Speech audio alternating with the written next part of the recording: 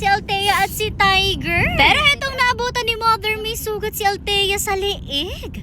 Hello pack members! Welcome back to Husky Pack TV. For today's video, another content na naman na wala ang pack members natin dahil dito nga yung content na to sa Mindoro. Ito rin na nga kasi talaga yung video na pinakahihintayin nyo at ito rin talaga yung nilulook forward natin every time na uuwi ng Mindoro si Mother. Syempre, walang iba kundi ang bisitahin ng ating mga babies dito na ipina-adopt. Walang iba kundi si Althea at si Tiger. Pero na-feel ni na Mother na gusto nila ng challenge rin kaya isipan nila na maglakad na lang papunta kay Althea. Bali mula nga dito sa bahay ng isa kong tito at malapit na rin nga kina inay, lalakad nga sila papunta kay na Althea. Pero talaga itong si Mother may kakulitan din talaga. Ewan ko ba hindi pwedeng lalakad lang siya ng diretso at pupunta sa pupuntahan. Talagang may mga pa-stop over pa siya at may pangungulit sa mga gilid-gilid. Medyo traffic rin nga kahit naglalakad kasi ayan may dumaan traktura kaya non for the tigil muna sila dyan sa gilid. O diba na traffic pa?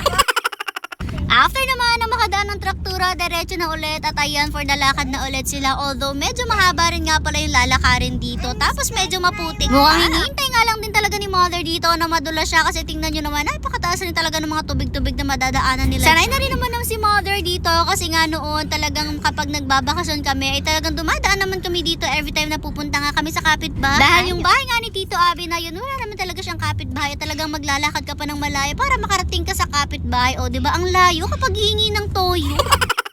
Maya-maya pa nga after na napakadaming putik kay heto, malapit na tayo at sumigaw na agad si Mother malayo pa lang. Althea! Woo! Althea! O diba, tanaw na tanaw rin nga kasi talaga nitong sina Althea at Tiger etong si Mother. Kaya naman talagang hindi na rin sila magkaintindihan dyan pagsilip kung sino ba yung pasigaw-sigaw dyan at naglalakad papalapit sa kanila. Kung makakatakbo nga lang din itong si Mother, sigurado tumakbo na siya. Pero maputi, kaya naman for the dahan-dahan din ang lakad niya. Kahit excited na siyang mayakap ulit sina Althea. Pero makikita nyo rin nga pati yung mga kambing nang sumigaw si Mother ay nagsisilip na rin nga. At yan rin nga pala yung mga kambing ni Mother dito.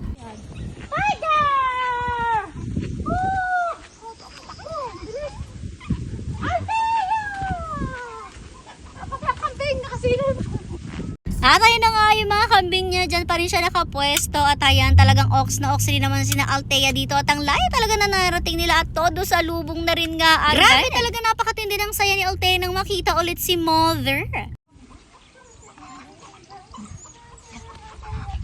Gilaw na gilaw sa iyo.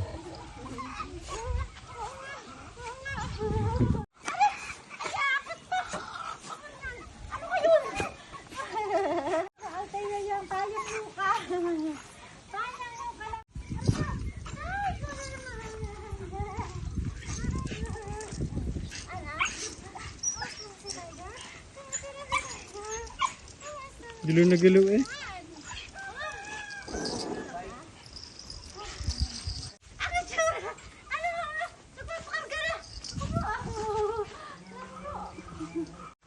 Bait-bait kayo ni Althea. Gigil na gigil sa Althea sa atin.